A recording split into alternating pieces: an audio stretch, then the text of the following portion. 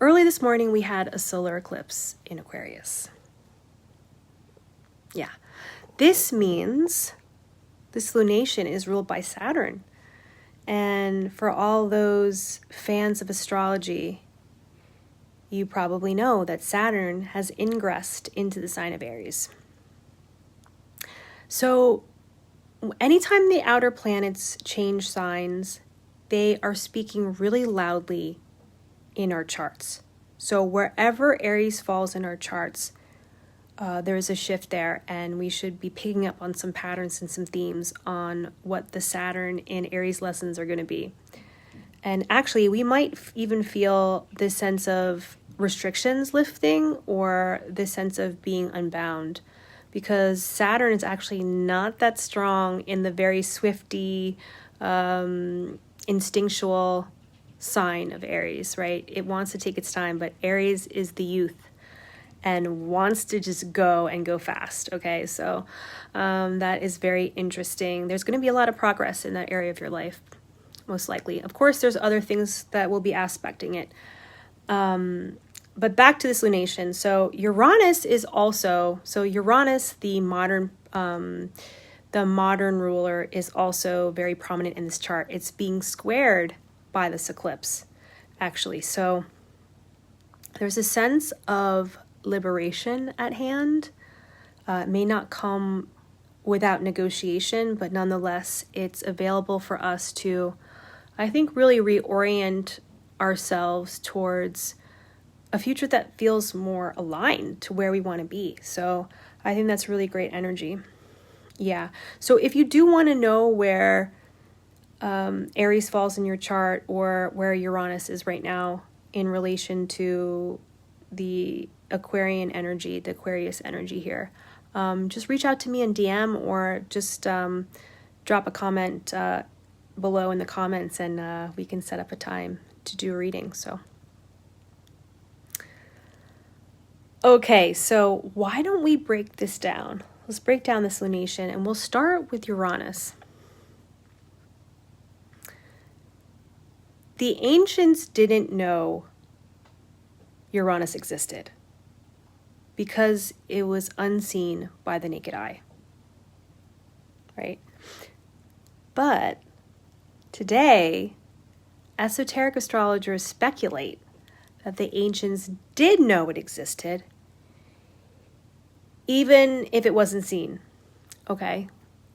Because it could be felt. And look, the ancients didn't go on to name it, but this is probably where Uranus has been associated with the sixth sense, where we can sense something, and even if we can't see it, it doesn't mean it doesn't exist, okay? Most people are not in tune with their sixth sense, and that's probably why Uranus is associated to sudden shocks and surprises. But really, was it a surprise? I mean, in some cases, you may have sensed it coming and didn't listen to that sixth sense, but nonetheless, it came, right? So this brings me to the concept that is going around about this eclipse as it being and offering us a quantum leap.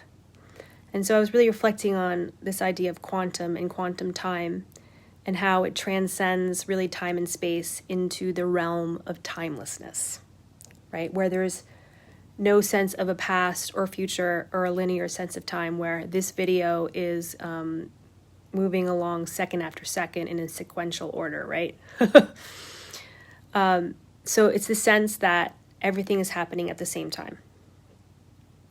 And I believe this is the concept of 5D consciousness. And it's interesting why it is spiritualized and why it's become spiritualized. Some spiritual people, particularly ones I think that have a leaning towards the theosophical realm of spirituality, refer to this 5D as the belief that there is a part of our consciousness that is enlightened already, ascended even. So if I entertain this, it makes me wonder if my impulses to pursue this or that, or this versus that, is really a remembrance of where I've already been. And it's just playing out in this 3D reality of soul embodied, right?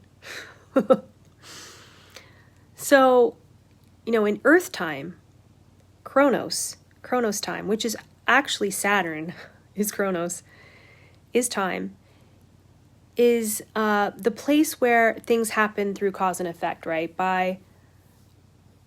That's why Saturn has that connotation with karma, because it's the law of cause and effect, right? It has me thinking, what usually motivates the plot of our lives and drives our actions? It's our emotions. And in New Age spirituality, we are encouraged to detach because attachment causes suffering and more karma. But we may inadvertently bypass something that is important to our process of becoming. We're human, we're not supposed to be perfect anyway. So maybe this is where the shadow of Aquarius comes in. Could the archetype be a bit too future obsessed? It's where this too cool and detached come from. But what I want to say here, maybe it's even disembodied, right? It can be disembodied in its shadow form, in its unhealed form. So when I think about Saturn being squared by this eclipse, I think about how Uranus has been in the fixed sign of Taurus since 2017-18, and it was probably the most stable and predictive Uranus we ever could have. So its ingress into the mutable sign of Gemini is really going to add fuel to this fire that has been coming through with Saturn and Neptune to create this dynamic change and transformation that fire gives. Pluto is already in the sign of Aquarius. So there is a lot of air here, a lot of fire. So I think this is really a time to incorporate grounding practices, spending a lot of time quiet with yourself, because there could be a feeling of becoming untethered and even unbound, right? Because of this Saturn ingress into Aries. So we could go fast and we may even go far, but we could be vulnerable to losing the plot. So, I think I'm going to end here, and we're going to pick it up on part 2 when I move into the Saturn and Aries delineation. And until next time, hope you all are moving through the energies with much love, ease, and grace. And see you next time.